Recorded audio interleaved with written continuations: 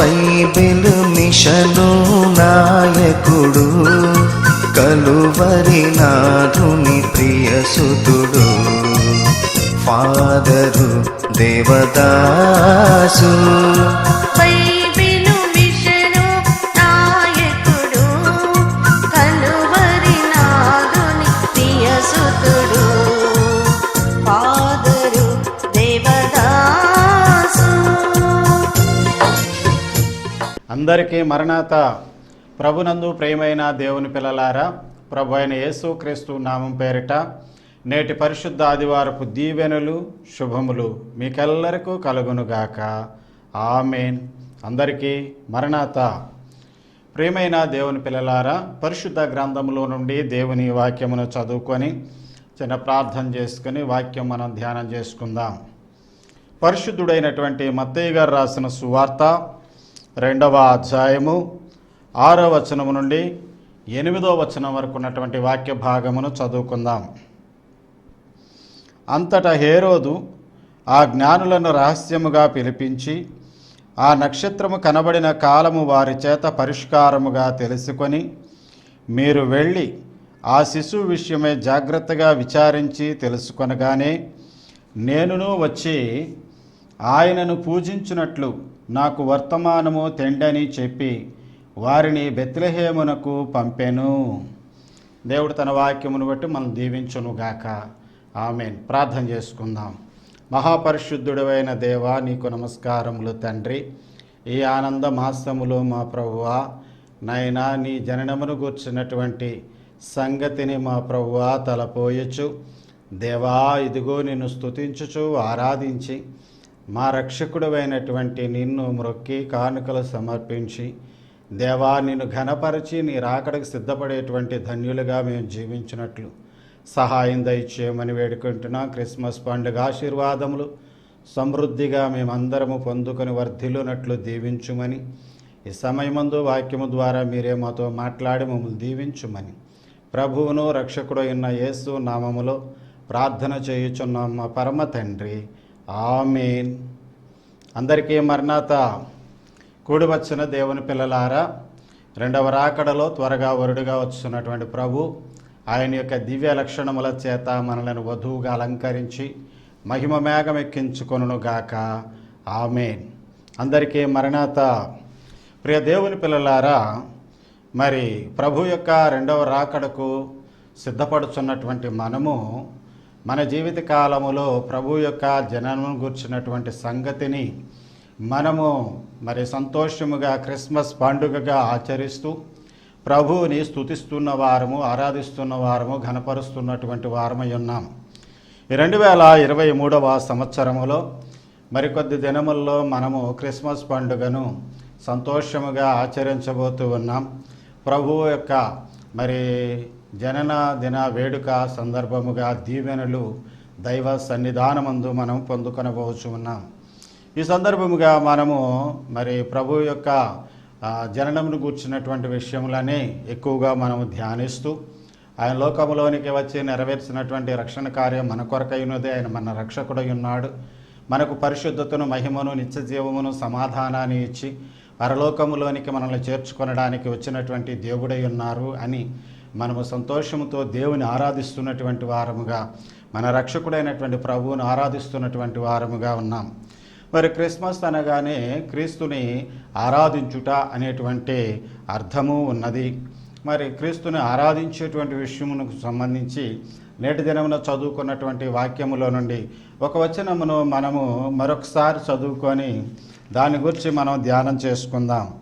చూడండి, పరిశుద్ధుడైనటువంటి మత్తయి గారు రాసిన సువార్త 2వ అధ్యాయము 8వ వచనమును మనం చదువుకుందాం. మీరు వెళ్ళి ఆ శిశువు విషయమై జాగ్రత్తగా విచారించి తెలుసుకొనగానే నేనును వచ్చి ఆయనను పూజించున్నట్లు నాకు వర్తమానము తెండని చెప్పి వారిని బెత్లెహేమునకు పంపెను. ఈ మాట హేరోదు రాజుగారు మరి జ్ఞానులైనటువంటి వారికి, తూర్పు దేశం నుండి వచ్చినటువంటి జ్ఞానులైనటువంటి వారికి చెప్పినటువంటి మాట అయి ఉన్నది. ప్రియులారా, మనం గమనించినట్లయితే ఈయన ఏమంటున్నాడు అని అంటే, నేనును వచ్చి ఆయనను పూజిస్తాను. ప్రభువుని ఆరాధిస్తాను అనేటువంటి విషయం. దీన్ని ఆధారం చేసుకొని ఈరోజు మనము వాక్యం యొక్క అంశం ఏమిటి అంటే క్రిస్మస్లో నేను అంటే క్రీస్తును ఆరాధించుటలో నేను కూడా అని.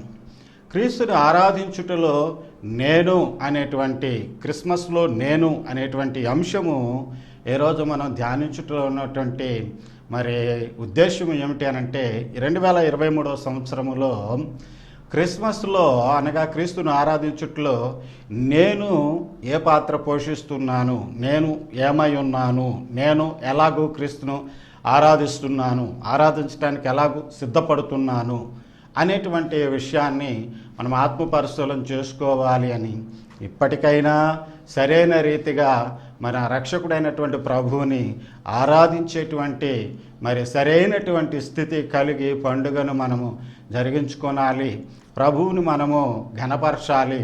ఆయన ఆరాధించుట ద్వారా వచ్చేటువంటి ఆశీర్వాదములు మనం పొందుకోవాలి అనేటువంటి ఉద్దేశంతో మరి క్రిస్మస్ దినాల్లో ఈ సంగతి మన ఆత్మీయ జీవితానికి అవసరమై ఉన్నది అనేటువంటి ఉద్దేశముతో దైవవాక్యమును మీ ముందుకు నేను తీసుకొని రావడము జరిగి ఉన్నది.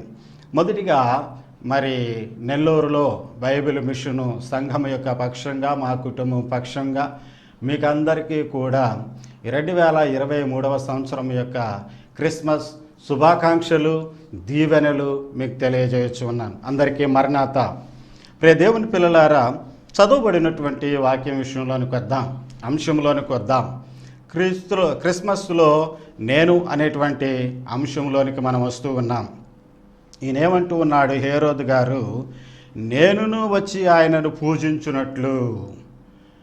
క్రీస్తును ఆరాధించేటువంటి విషయంలో నేను కూడా వచ్చి ఆరాధిస్తాను. మీరు ఆరాధించడానికి వెళుతున్నారు, నేను ఆరాధిస్తాను. మీరు పూజించడానికి వెళుతున్నారు, నేను పూజించడానికి వస్తాను అనేటువంటి విషయం చెప్తూ ఉన్నాడు. కానీ పూజించడానికి వారితో కూడా బయలుదేరలేదు.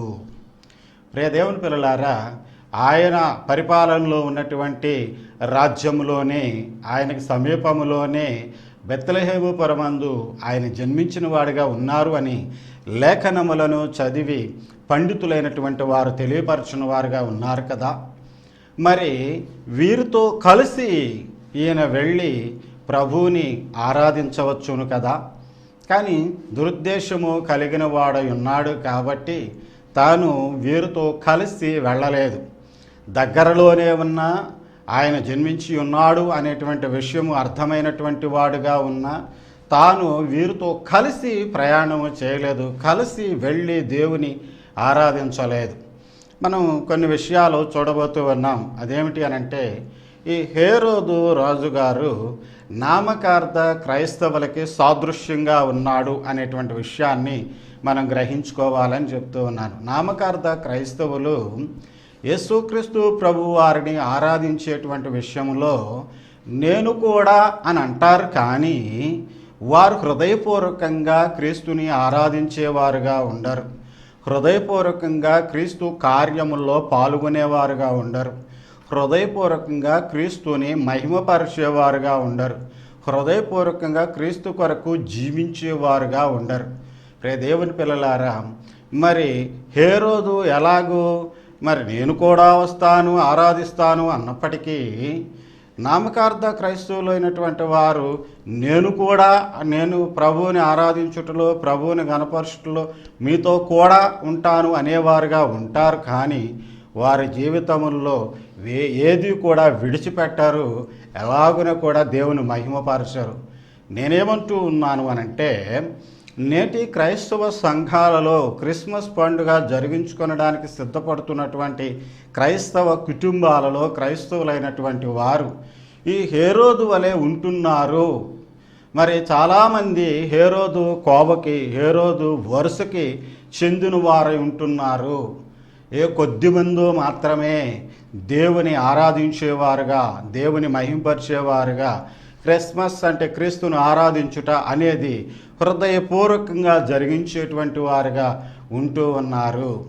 కాబట్టి నేను క్రిస్మస్లో నేనేమై ఉన్నాను, క్రీస్తుని ఆరాధించుటలో నేను ఏమిటి అని ఈరోజు ప్రతి ఒక్కరూ ఆత్మ పరిశీలన చేసుకోవాలంటున్నాను. గత సంవత్సరాలలో క్రీస్తుని ఆరాధించుటలో నేనేమై ఉన్నాను, నేనేమి మరి క్రీస్తుని ఎలాగో ఆరాధించి మహిమపరిచాను అనేటువంటిది పరిశీలన చేసుకుంటే కనీసము దేవుడు మనకు ఆయుష్నిచ్చి ఆరోగ్యాన్నిచ్చి మరి ఈ సంవత్సరంలో క్రిస్మస్ పండుగను ఆచరించడానికి మనల్ని బ్రతికించినందుకు మనము దేవుణ్ణి ఎలా ఆరాధించడానికి సిద్ధపడుతున్నామో ఆత్మ పరిశీలన చేసుకొని కాస్త ఉద్దేశపూర్వకంగా హృదయపూర్వకంగా దేవుని ఘనపరచడానికి ఆరాధించడానికి ప్రయత్నించాలి అనేటువంటి తీర్మానం చేసుకోవాలి.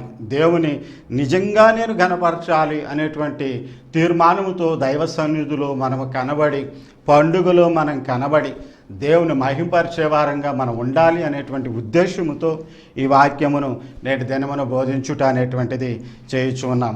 సరే ప్రియ దేవుని పిల్లలారా, క్రిస్మస్లో నేను అనేటువంటి విషయము అనగా ఈ అంశము పరిశీలిస్తున్నటువంటి మనము నాటి దినమున క్రిస్మస్లో అనగా క్రీస్తుని ఆరాధించుటలో వ్యక్తిగతమైనటువంటి రీతిగా దేవుని ఆరాధించి మహిమపరిచినటువంటి వారిని గురించి మనము మరి ధ్యానిద్దాము. ఇది చాలాసార్లు మనము ధ్యానించేటువంటి విషయములే. మరి క్రిస్మస్ ధ్యానాలలో క్రిస్మస్ పండుగలలో ఈ సందేశము మనకి అనేక మంది దైవ సేవకులు చెప్తూనే ఉన్నారు. ఏ సందేశము? కన్యమరియ గారిని కూర్చున్నటువంటి విషయము, యోసేపు గారిని కూర్చున్నటువంటి విషయము, గొర్రెల కాపరులైనటువంటి వారిని కూర్చున్న విషయము, తూర్పు దేశము నుండి వచ్చినటువంటి జ్ఞానులైనటువంటి వారి యొక్క విషయము అనేక రీతులుగా మరి వివరిస్తూ క్రైస్తవ సంఘము, విశ్వాసులు, దేవుని ప్రజలు దైవ రాజ్యములోనికి చేరుటకు సిద్ధపడుచున్నటువంటి వారు ఇలా ఉండాలి, ఇలా ఉండాలి, ఇలా ఉండాలి, వారిని ఆదర్శంగా తీసుకోవాలి అనేటువంటి మరి బోధలు విస్తారంగా మనం వింటూ ఉన్నాం. ఆ కోవలోనే నేటి దినమున మరొక సంగతిని ఈరోజు మనము ధ్యానిస్తూ ఉన్నాం. అదేమిటి అని అంటే కన్యమరియ గారి విషయమునకు వచ్చినట్లయితే మరి లూకా గారి సువార్త 1వ అధ్యాయము 29వ వచనము నుండి 35వ వచనం వరకు ఉన్నటువంటి వాక్య భాగములో మనం చూసినట్లయితే ఆమె ఆ మాటకు బహు తొందరపడి ఈ శుభవచనం ఏమిటో అని ఆలోచించుకొనుచుండగా దూత, మరియా భయపడుకుము, దేవుని వలన నీవు కృప పొందితివి, ఇదిగో నీవు గర్భము ధరించి కుమారుని కని ఆయనకు యేసు అని పేరు పెట్టుదు, ఆయన గొప్పవాడైన సర్వోన్నతుని కుమారుడు అనబడును, ప్రభువైన దేవుడు ఆయన తండ్రి అయిన దావీదు సింహాసనమునకు ఆయనకిచ్చును, ఆయన యాకోబు వంశస్థులను యుగయుగములో ఏలును, ఆయన రాజ్యము అంతము లేనిదై ఉండునని ఆమెతో చెప్పెను. తాను గర్భం ధరించి కుమారుని కంటుంది. ఆ కుమారుడు ఏం చేయబోతున్నాడు, ఏ ఉద్దేశముతో దైవ కార్యము ఆమె ద్వారా జరగబోతూ ఉన్నది అనేటువంటి విషయాన్ని దేవదూత గారు వివరించినప్పుడు ఆమె అంగీకరించినటువంటి విషయము మనం వాక్యమందు చూడగలుగుతాం. చూడండి 38వ వచనములో మనము చూసినట్లయితే, అందుకు మరియా, ఇదిగో ప్రభు దాసురాలను, నీ మాట చొప్పున నాకు జరుగునుగాక అనెను. అంతటా దూత ఆమె యొద్ద నుండి వెళ్ళెను. ప్రభు దాసురాలను, నీ మాట చొప్పున నాకు జరుగునుగాక. ఈ విషయానికి వస్తే నేనేమంటూ ఉన్నాను అనంటే, ఆమె వ్యక్తిగతంగా తన దేహమును క్రీస్తుని ఆరాధించుట కొరకు మరి సమర్పణ అనేటువంటిది చేసుకున్నది, సమర్పించుకున్నది. ప్రియమైన దేవుని పిల్లలారా, క్రీస్తుని ఆరాధించుటలో నేను అనేటువంటి అంశములో మరియ గారిని ఉదాహరణగా మనము తీసుకున్నట్లయితే ఆమె దేహమును క్రీస్తును ఆరాధించుట కొరకు వినియోగించడానికి సమర్పించుకున్నటువంటి సమర్పణ శ్రేష్టమైనటువంటిది.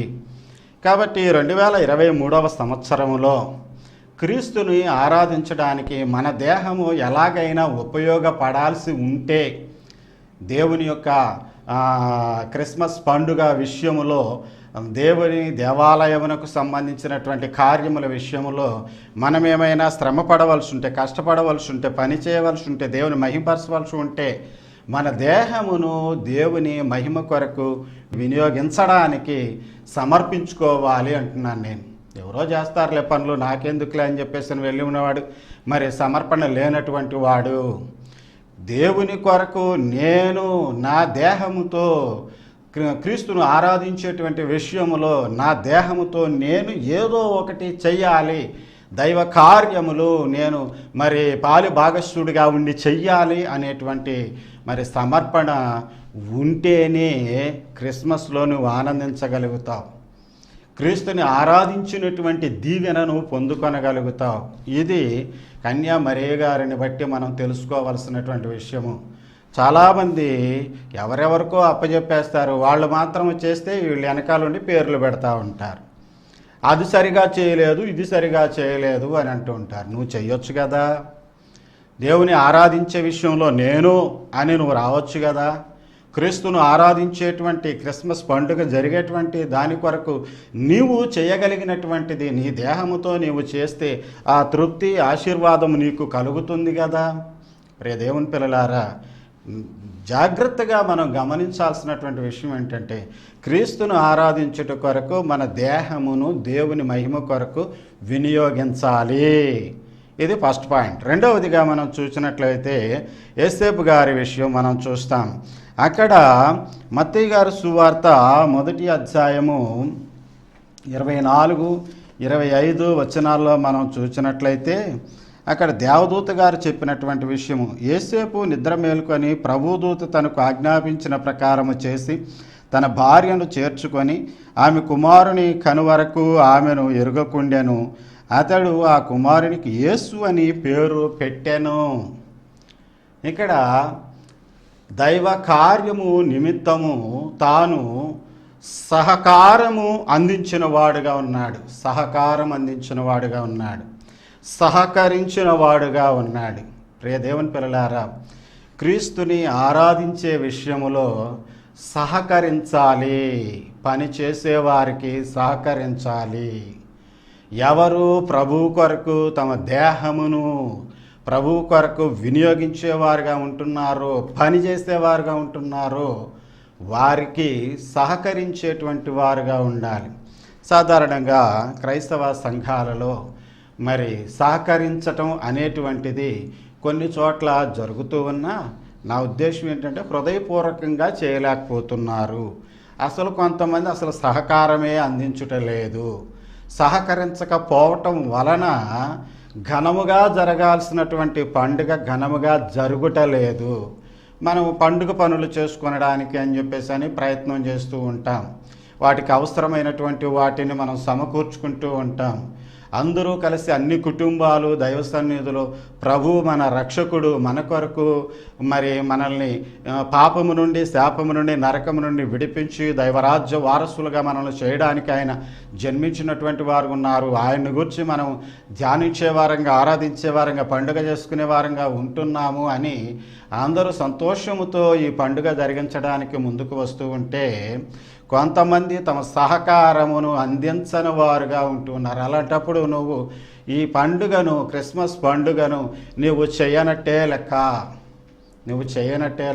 ఎవరు సహకారము కనబరచరో వారు క్రిస్మస్లో నేను సహకరించలేదు అని పక్కకు తప్పుకోవాలి, దీవెన వారు పొందుకోలేరు. కాబట్టి ప్రియ దేవుని పిల్లలారా, సహకారం అందించి క్రీస్తు ప్రభువును చూచి ఆయన ఆరాధించి ధన్యులం కావాలి అనేటువంటి యోసేపు గారి యొక్క జీవిత అనుభవం మనం పొందుకోవాలి అనేటువంటిది తెలుసుకోవాలంటున్నాను. నేను పొందుకునే ప్రయత్నము చేయాలంటూ ఉన్నాను. క్రీస్తుని ఆరాధించడానికి మరి తన దేహమును సమర్పించుకున్నటువంటి మరియ గారు ప్రభువారు జన్మించిన తర్వాత చూసి ఆయన ఆరాధించి ధన్యురాలయ్యింది. సహకరించినటువంటి యోసేపు గారు మరి ప్రభువారు జన్మించిన తర్వాత ఆయనను చూసి ఆరాధించి ధన్యుడైనటువంటి వారు ఉన్నారు. సహకరించాలి, ఇది రెండవ విషయం. మూడో విషయానికి వచ్చినట్లయితే గొర్రెల కాపరులను గుర్చినటువంటి సంగతి. మరి పరిశుద్ధుడైనటువంటి లూకా గారు రాసినటువంటి సువార్త 2వ అధ్యాయము 10వ వచనంలో చూస్తే దేవదూత గారు చెప్పినటువంటి మాట అక్కడ మనం చూడగలుగుతాం. ఏమిటి అదనంటే, అయితే ఆ దూత, భయపడుకుడి, ఇదిగో ప్రజలందరికీ కలుగబో మహా సంతోషకరమైన సువర్తమానము నేను మీకు తెలియచేయుచున్నాను. మహా సంతోషకరమైన సువర్తమానము అనే మాట దేవదూత గారు వారితో చెప్పారు. ఆ తర్వాత పరలోక సైన్య సమూహము రావడము, ప్రభువుని స్తుతించడము, వీరు ఆ విషయమును కన్నులారా మరి చూచిన వారుగా, చెవులారా విన్నటువంటి వారుగా ఉన్నారు. అందును బట్టి వీరు సంతోషించినటువంటి వారు ఉన్నారు. వీరి సంతోషమును మరి రుజువు చేసుకొనడానికి దేవదూత గారు చెప్పినటువంటి మాటను బట్టి ఇది దేవుడే మనకు తెలియపరచిన వారై ఉన్నారు అనేటువంటి మాట వారు వాడి అక్కడి నుంచి బయలుదేరి వెళ్ళినటువంటి వారు ఉన్నారు. 15వ వచనం చూడండి. ఆ దూతలు తమ యొద్ద నుండి పరలోకమునకు వెళ్ళిన తర్వాత గొర్రెల కాపరులు జరిగిన ఈ కార్యములను ప్రభు మనకు తెలియజేయించి ఉన్నాడు. కాబట్టి మనం బెత్లెహేం వరకు వెళ్ళి చూతము రండి అని చెప్పుకొని వెళ్ళినటువంటి వారు ఉన్నారు. సంతోషించిన వీరు సంతోషమును అనుభవములోనికి తెచ్చుకొనడానికి కలిసి వెళ్ళినటువంటి వారుగా ఉన్నారు.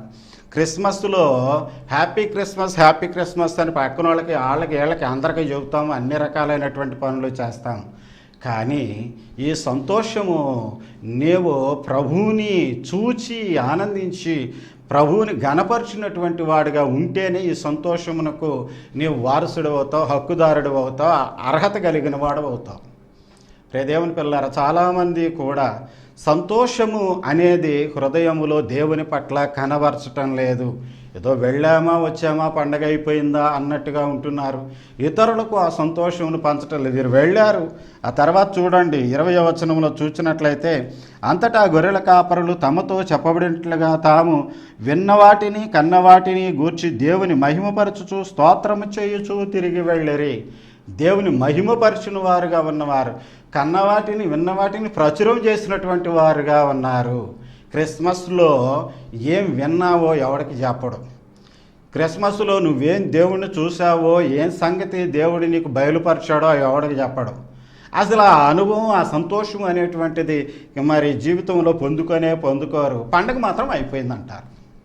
కాబట్టి దేవుని పిల్లలారా, కనీసము ప్రభు రాకడ సమీపముగా ఉండగా దేవుడు మనల్ని కనికరించి దయచూపించి మనకి ఇచ్చినటువంటి ఆయుష్ను బట్టి, ఆరోగ్యమును బట్టి దేవుని ఘనపరిచేటువంటి వారంగా, నిజ సంతోషము మనము అనుభవించేటువంటి వారంగా, నిజ సంతోషము పంచే వారంగా ఉంటేనే మనము క్రిస్మస్ పండుగలో నేను క్రీస్తుని ఆరాధించాను అనగలిగినటువంటి వారంగా మనం ఉండగలుగుతాం.